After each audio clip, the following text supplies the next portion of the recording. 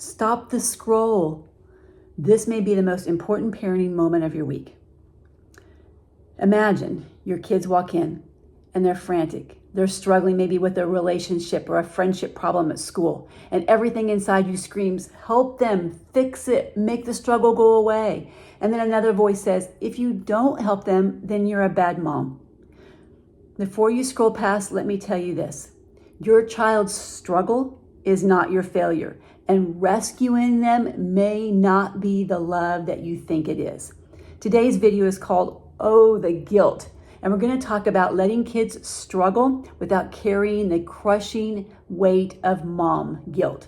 Hi friends, my name is Melinda, and this is Young and Gritty, where we work together to learn to raise resilient kids. Let's talk today about struggle and growth and the kind of strength that we actually want our kids to have without the crushing weight of mom guilt. So why is mom guilt so hard? Well, mom guilt doesn't show up when things are easy. Mom guilt shows up when they're crying over a broken zipper, or they dropped and broke their best toy, or they're drowning in a math problem. They're having a friendship problem. And something inside you feels like you're failing them. But biblically, struggle isn't punishment, it's preparation. Let's look what scripture says to us in 1 Peter. Turn with me to 1 Peter 1, 6, and 7. Scripture reads, in all this you greatly rejoice with now for a little while. You have had to suffer grief and all kinds of trials, but these have come so that the proven genuineness of your faith of greater worth than gold, which perishes even though refined by fire, may result in praise, glory, and honor. So what does that say to us? Just like gold is refined in fire, trials refine us. Character doesn't grow in comfort, and God never asks us to struggle alone, only to walk with our kids alongside them like He walks alongside us through our struggle. You're not a bad mom for letting your kids struggle. You're a biblical mom. God Himself, the greatest parent of all, lets His kids struggle. Let's look at that in Scripture. Go to Deuteronomy 8:2. Look what it says. Remember how the Lord your God led you all the way in the wilderness these 40 years to humble and test you in order to know what was in your heart. God let the Israelites for 40 years struggle in the wilderness so their hearts could be strengthened. Let's look also at Proverbs. Proverbs is probably one of my favorite books in the Bible. Go to Proverbs 22 and verse 6. What's it say? Start children off on the way they should go, and when they are old, they will not turn from it. Some versions read, train the child in the way that they should go. Training includes a challenge, effort, and grit. Jesus didn't jump in and save the disciples every time something was hard. Look at some of the stories in the Gospels. In one incident, the disciples were on the boat and the waves were coming up and the storm was coming, and Jesus didn't immediately jump up and save them. He let them struggle for a while before He stepped in. Why? Because God parenting grows strength, not dependence. We learn to depend on God, not having our children learn to depend on us. And we can model that to them. Now, this one's kind of hard, moms, but mom guilt isn't about their struggle. It's often about our fear, and that's hard to hear.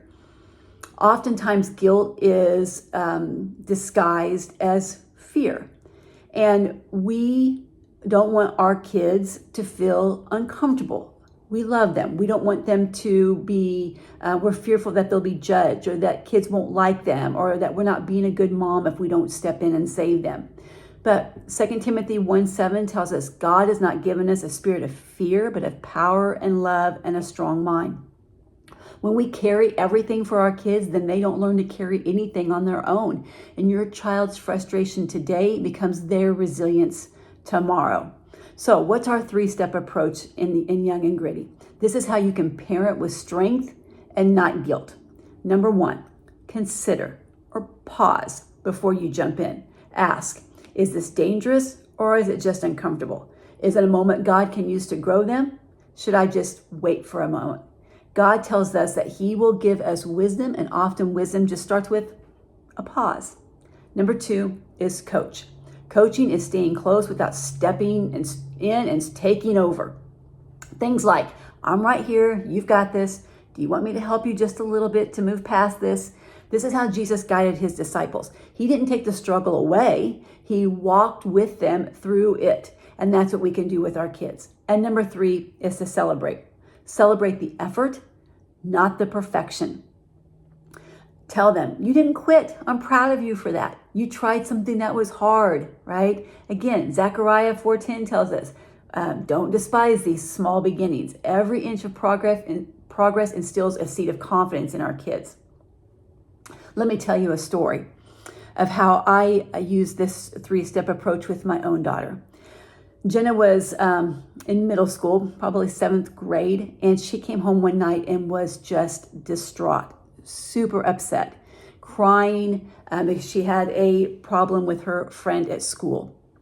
She felt like that her friend was saying bad things about her, and that all of her friends, everyone was talking about her, and she was really upset.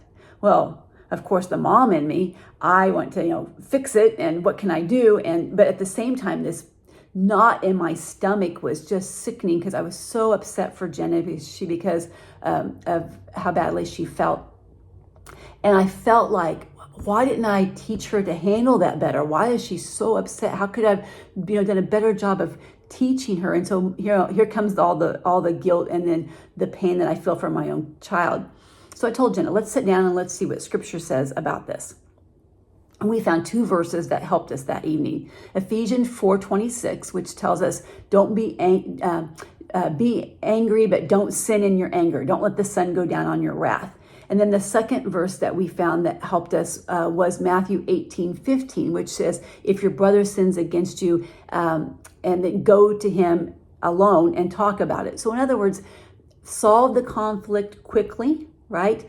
And find a way to talk it out with your friend so that it doesn't get worse. So I told Jenna, we're going to go over to your friend's house. Well, she did not want to do that. Well, luckily I knew the little girl's mother. And so I put Jenna in the car and we went to their house. I knocked on the door and told the mom, hey, I think our girls have had some problems today. I was hoping we could just give them some space to maybe talk this out. So we went in and sat down and the girls talked.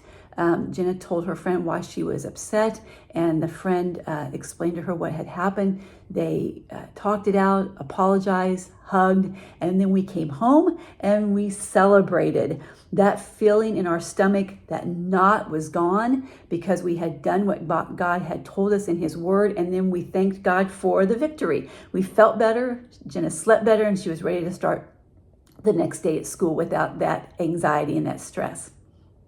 So, moms, the guilt you feel doesn't mean you're a bad mom. It means you care very deeply. That Hebrews 12:1 tells us to throw off every weight, and that mom guilt is a weight. So today, throw it off. Let your kids struggle. Let them grow and stretch, and know this. You are raising kids who won't crumble, kids who know how to try, and kids who know that God shows up in the struggle. So I encourage you to download our free guide, 3 steps for guilt-free letting your kids struggle and fail, and click the link below to download that free guide on how to walk this journey of mom guilt and overcoming that. So if you found today's video helpful, I hope that you'll like and subscribe and follow along as we learn to teach our kids that they can do hard things. See you next time.